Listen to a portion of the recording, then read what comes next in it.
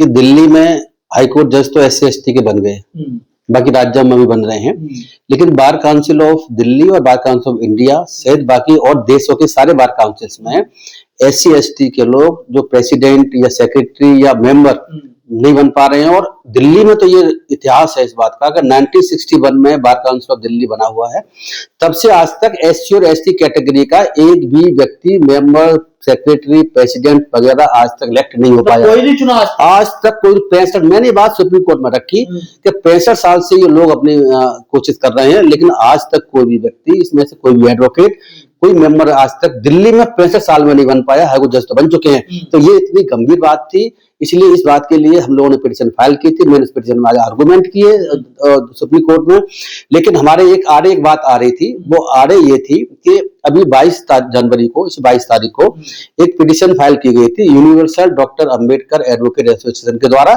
उसमें उन्होंने सेम मांग की गई जो मांग हमने की है, सेम मांग की गई थी। तो उसमें लेकिन सुप्रीम कोर्ट ने वो पिटीशन इसी 22 तारीख को डिसमिस कर दी थी और उन्होंने कह दिया था कि भाई इसमें तो अमेंडमेंट की जरूरत है रिजर्वेशन देने के लिए SC ST कैटेगरी के लोगों को। जब तक अमेंडमेंट कानून में नहीं हो जाएगा तब तक रिजर्वेशन नहीं दिया सकता। उन्होंने बात डिसमिस कर दी थी और ये बात वकील ने वहां पर मान भी ली थी। लेकिन हमारे केस का जहां तक सवाल है, हम इस केस में पूरी अपनी तैयारी के साथ गए थे। आज हमारे साथ में कम से कम 22, 24, 25, 30 एडवोकेट भी सुप्रीम कोर्ट में प्रेजेंट थे।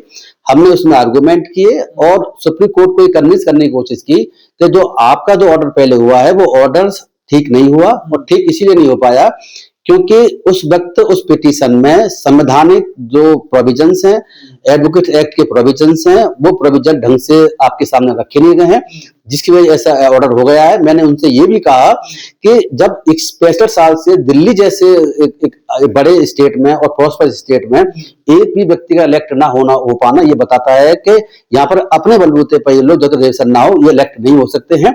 और इसके लिए कानून में अमेंडमेंट की आवश्यकता बिल्कुल नहीं है, क्योंकि आपने वुमेन्स का अमेंडमेंट, वुमेन्स के रिजर्वेशन की व्यवस्था कर दी है बार काउंसिल ऑफ इंडिया में, बार काउंसिल ऑफ राज्यों में। तो वही महिलाओं के लिए आरक्षण है, महिलाओं के लिए आरक्षण नहीं है। महिलाओं के लिए आरक्षण करने का ऑर्डर सुप्रीम कोर्ट ने किया है पिछले दिसंबर को, 2025 दिसंबर को सुप्रीम कोर्ट के ऑर्डर से महिलाओं को बार काउंसिल ऑफ इंडिया और बार काउंसिल राज्यों की जितनी भी है 25 राज्यों की, उसमें रिजर्वेशन का ऑर्डर सुप्रीम कोर्ट ने अपने ऑर्डर से रिजर्वेशन दिया वुमेन्स को।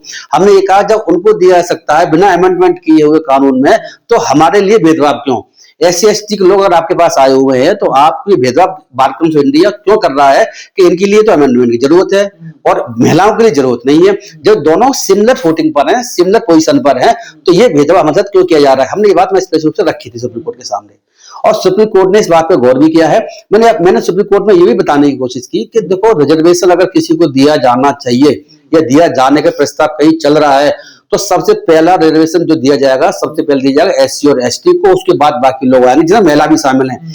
मैंने संविधान में अगर आप देखें तो संविधान का आर्टिकल 330, संविधान का आर्टिकल 332, ये दोनों आर्टिकल बाबा साहब ने 1950 से हमारे देश में लागू हैं, जो कि MLA में, विधानसभाओं में और MPO के लोकसभाओं में रिजर्वेशन की व्यवस्था जाति के आधार पर 26 जनवरी 50 से करते हैं।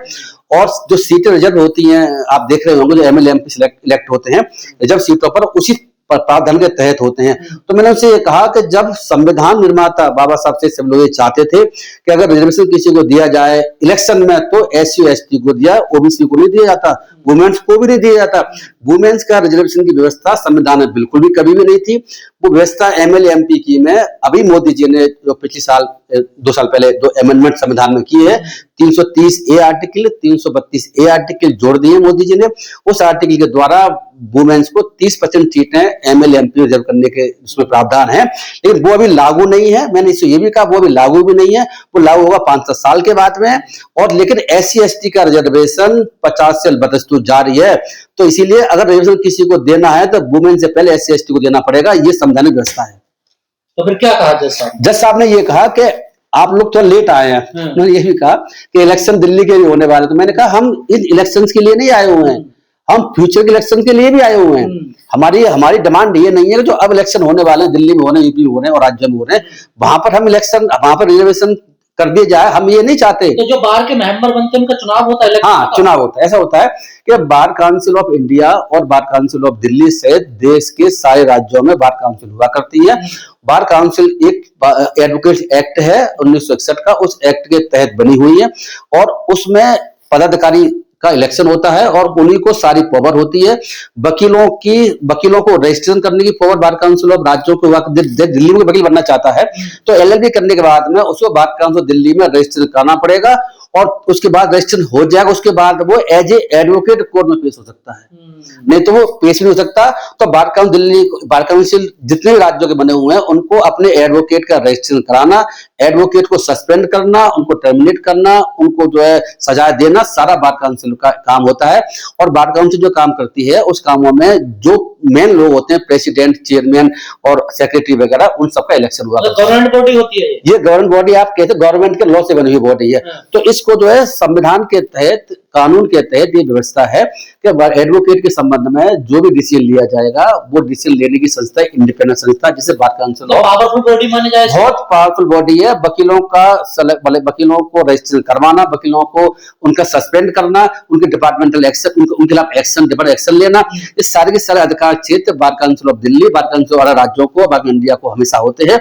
अगर आप एक देखिएगा बार काउंसिल इंडिया को इतनी पावर है कि जो कॉलेजेस होते हैं, लॉ कॉलेज, उनको मान्यता भी इसी के बाद में दी जाती है। बार काउंसिल ऑफ इंडिया जब तक पूरे देश में बार काउंसिल इंडिया की लॉ कॉलेजों को, यूनिवर्सिटीज को चलाना चाहते हैं तो यहाँ से वो अपना इंस्पेक्शन करते हैं, रिपोर्ट देते हैं, तब जाकर के बनती है। अगर लॉ करना चाहते हैं, कोई कॉलेज लाना चाहते हैं डिग्री प्रोग्राम कोई, तो उसको तब तक ही ला सकते जब तक बार काउंसिल इंडिया से मतलब। तो क्या बार काउंसिल ऑफ इंडिया में अभी तक दलित इलेक्ट होकर नहीं आए?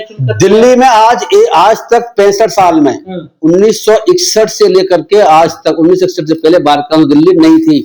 बार काउंसिल ऑफ दिल्ली जब से बनी है तब से आज तक एक भी एडवोकेट एससी और एसटी का इलेक्ट नहीं हुआ है। हमारी ये चिंता थी, तो इस चिंता को लेकर सुप्रीम कोर्ट के सामने हम गए थे और सुप्रीम कोर्ट ने हमारे पक्ष में ये ऑर्डर किया है, क्योंकि 22 तारीख को, जैसे मैंने बताया, 22 तारीख को सेम पिटीशन लगी थी, लेकिन सुप्रीम कोर्ट ने ऑर्डर नहीं किया था।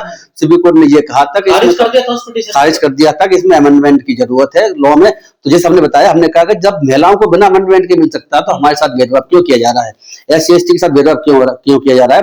मैंने उनसे ये भी कहा था कि ये 40 करोड़ लोगों की तरफ से पिटीशन है, 4 एडवोकेट पिटीशन को ना समझा जाए, क्योंकि एससी एसटी लोग, जो भी लोग अगर रिप्रेजेंटेशन चाहते हैं तो वो इन सभी तरफ से ये हमारी पिटीशन फाइल की हुई है। तो सुप्रीम कोर्ट ने, मैंने इस पर बहुत लंबे समय तक आर्गूमेंट किए, करने के बाद में सुप्रीम कोर्ट इस बात से कन्विंस हुआ, उन्होंने कहा कि आप ऐसा कर सकते हैं कि मैं आपके लिए जो ऑर्डर कर सकता हूं, अब वो मैं ये कर रहा हूं, क्योंकि मैं डिस्मिस कर चुका हूं पिटीशन पहले ही आपकी, कि ये कर सकता हूं कि आप लोग सरकार के पास जाइए, कम्युनिटी अथॉरिटी के पास जाइए, उनके पास अपनी रिप्रेजेंटेशन लगाइए, जिससे कि वो आपके रिप्रेजेंटेशन को सहानुभूति पूर्वक ध्यान में रखेंगे, सिंपैथेटिकली विचार करेंगे और डिसीजन लेगी। और अगर वो नहीं करती है तो आप सुप्रीम कोर्ट में दोबारा हमारे पास आ सकते हैं। ये सुप्रीम कोर्ट ने हमारे पक्ष में ऑर्डर किया हुआ है। ये एक तरीके से जीत की तरफ हम आगे बढ़े हैं। पूरी तरह से जीत नहीं है और पूरी तरीके से हार भी नहीं है, लेकिन हमारी पिटीशन डिसमिस पूरी तरह से नहीं हुई है, हमें अवसर दिया गया है। अब उस अवसर का, उस ऑर्डर का हम जो है इस्तेमाल करेंगे और जो बार काउंसिल ऑफ इंडिया और भारत सरकार के पास लॉ में अमेंडमेंट करने के लिए हम रिप्रेजेंटेशन 2-3 दिन के अंदर फाइल कर देंगे, तैयारी करने के बाद में, और फिर 20 से 25 दिन का वेट करेंगे मुस्लिम, और विद इन 1 मंथ हमारी कोशिश है कि ये पिटीशन दोबारा सुप्रीम कोर्ट के पास ली जाएगी, जिससे सुप्रीम कोर्ट कह सके आपके ऑर्डर के करने के बावजूद भी इन्होंने कोई डिसीजन नहीं लिया है, तो इनसे कहा जाए कि रिविजन दिया जाए या आप अपने ऑर्डर से रिविजन ग्रांट करें। ये हमारी कोशिश रहेगी। तो जैसे आपने कहा कि 65 सालों से कोई भी नहीं बना, तो क्या इसमें एससी एसटी चुनाव भी नहीं लड़ते थे या फिर लड़ते थे? ये लड़ते थे चुनाव, लेकिन उनको वोट जनरल वाले और लोग ओबीसी वाले वोट नहीं देते थे, इसीलिए वो इलेक्ट नहीं हो पाते थे। अब आपको बताया कि जो बार काउंसिल ऑफ इंडिया और बार काउंसिल ऑफ बाकी राज्यों के चुनाव बड़े महंगे चुनाव हैं, हम लोग बहुत पैसा भी कहाँ है, एससी एसटी के लोग जितने एडवोकेट्स, उनका पैसा तो आपको मिलेगा ही नहीं, वो बेचारे बड़ी मुश्किल से अपना कैसे भी तो उनका काम चल रहा है। तो वहां पर मैं बता रहा हूँ कि जो इलेक्शन लड़ते हैं वो करोड़ रुपए खर्च करते हैं, ये इतना महंगा इलेक्शन है। अब इसमें आरक्षण हो जाएगा तो फिर वो मजबूरी बन जाएगी। उन सीटों पर एससी एसटी के लोग रिजर्व कैंडिडेट भी खड़े होंगे तो उनका फिर इलेक्शन भी वो जीतेंगे, वो खड़े हो सकते, जैसे एमएलएमपी का होता है, सेम इस तरीके से यहाँ करने की व्यवस्था करी गई है। और मैंने उनसे एक बात ये भी कही, मैंने कि आपने जो आरक्षण कर दिया 30% वुमेन्स के लिए, उसमें वुमेन्स के लिए एससी एसटी वुमेन्स के लिए स्पेशल क्यों नहीं किया? ये तो इस तरीके से इनडायरेक्ट रूप से आपने 30% रिजर्वेशन जनरल को दे दिया है। 30% आरक्षण क्योंकि जब मेल नहीं आ सकता इलेक्ट होकर के तो फीमेल SC ST की आगे से जाएगी। ये सिंपल सी बात थी। भाई जब कोई नहीं आया तो फीमेल भी नहीं आई। कोटे में कोटा होना चाहिए। कोटे में कोटा तो वो अलग बात थी। तो हमने उनसे ये भी कहा था। तो देखो हमारी बात उन्होंने बड़ी मैं बताऊं आपको अच्छा रहा हम लोगों के लिए। हमारे रास्ता कुछ खुला हुआ है, हम इस रास्ते का इस्तेमाल करेंगे और अगर जरूरत पड़ेगी तो हम जो जल्दी से ही जो लॉ मिनिस्ट्री में जो राम मेघवाल साहब हैं और बाकी और जो लोग उनसे मिलने की कोशिश करेंगे और अपनी डिमांड रखेंगे सरकार के पास में।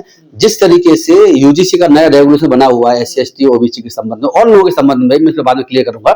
तो इसी तरीके से हम उनके पास सरकार के पास दोबारा से जाएंगे और जाने के बाद में कोशिश करेंगे हमारे फेवर में सरकार अमेंडमेंट एक्ट में एडवोकेट एक्ट में कर दे। सर ये तो हो गया बार काउंसिल ऑफ इंडिया का जो चुनाव होता है, लेकिन जजों की जो नियुक्ति है उसको खूब लेकर भी तो चल रहा है कि SC ST का आरक्षण होना चाहिए। देखिए हाई कोर्ट सुप्रीम कोर्ट में नहीं है ना आरक्षण। नहीं आरक्षण हाई कोर्ट सुप्रीम कोर्ट में बिल्कुल भी आरक्षण नहीं है, ना कभी था ना आज तक है। और लेकिन डिस्ट्रिक्ट कोर्टों में आरक्षण होता है, उसमें जितनी हम लोगों की आबादी है SC ST के लोगों के उनको आरक्षण मिलता है। लेकिन ये आरक्षण सुप्रीम कोर्ट हाई कोर्ट में नहीं मिलता। मैं आपको एक बार बता दूं सुप्रीम कोर्ट और हाई कोर्ट के जजों का अपॉइंटमेंट की प्रक्रिया डिफरेंट है। कॉलोनी सिस्टम तो 1991-90 के बाद शुरू हुआ है, उससे पहले भी व्यवस्था अलग थी। उस व्यवस्था के तहत सरकार ने अभी तक रिजर्वेशन की व्यवस्था उसमें नहीं करी है।